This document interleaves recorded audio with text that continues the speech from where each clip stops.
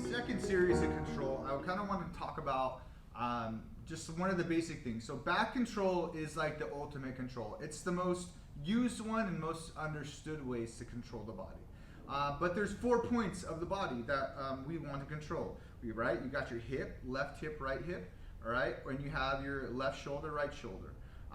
But I'm controlling her whole back. My hooks are controlled all these 4 points.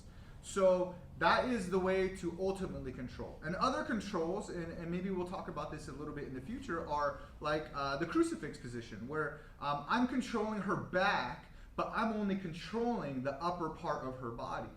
All right? So if I were to have her here, and I have hooks inside, and then maybe she starts to try to escape a little bit, but somehow she starts, can you scoot down just a little bit, scoot, scoot, scoot, and your back starts going to the mat, right?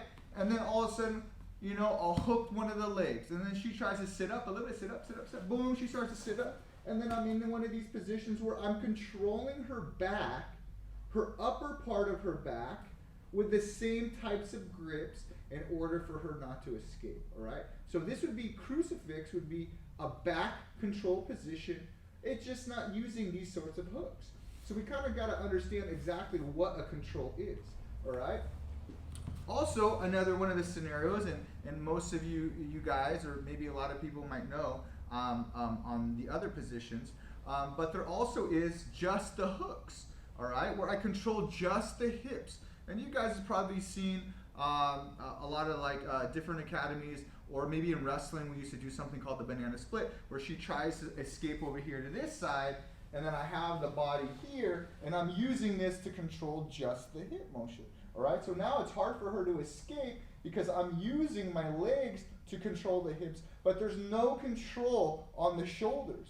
So this would be another form of way to control.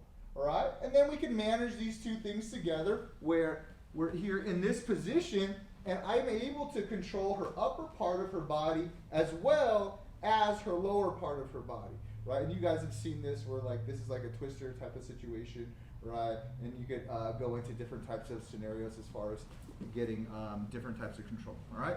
So that would be 2 ways. Upper body, lower body, hooks in, what we're doing would be full control of the body, all right? And with these controls too, you gotta know, like, we're able to use different ways to attack, and the way I like to attack is using hand control. So when my hands are up, most people, what they're gonna do is they're gonna start grabbing their hands and start using my hands and peeling them off. See, she starts to grab. Well, sometimes I'll let her grab, go ahead, and I'll fold it out, and then what I'll do is I'll grab her wrist. Now, when her wrist is grabbed, boom, I'm controlling her shoulder, and I'm controlling one of her hands, okay? So now it's a little bit more difficult for her to escape, but now she's got to worry about only one hand, all right? And there's other ways to control too. I could use my legs, either to control the hips, or I also could use a leg. Can you grab here my hand? She starts to grab this hand, I punch it through, and now I'm using my foot, my leg. Now she has nothing to control. I'm controlling her upper part of her body, and she has no hands, so it'd be easy for me to attack. And this is kind of an idea. This would be the ultimate goal. How can I get all of her defenses out of the way in order for myself to attack? All right? Normally, when I'm in this position, I'll never go straight to the choke here, where I'm underneath and I'll go to the choke. Most likely, they'll grab their hands, start pulling them off, and I'm sitting here and I'm using all my strength. All right? And that's the last thing I want to do. Most of the time, what I'll end up doing is I'll go punching one through, coming through, grabbing, punching this one through, grabbing this one, and then getting rid of all of them. So it's very easy for me to attack the position. So this would be the ultimate goal of the back. To stay on the back, try to take away some hands, then we're gonna go for the choke. But once we start understanding this, beating the choke is gonna be so much easier, right? Because now there's no hands gonna be involved, all right? So maintaining control, understanding what we need to do in order to get the fully accomplished submission, which everybody is looking for.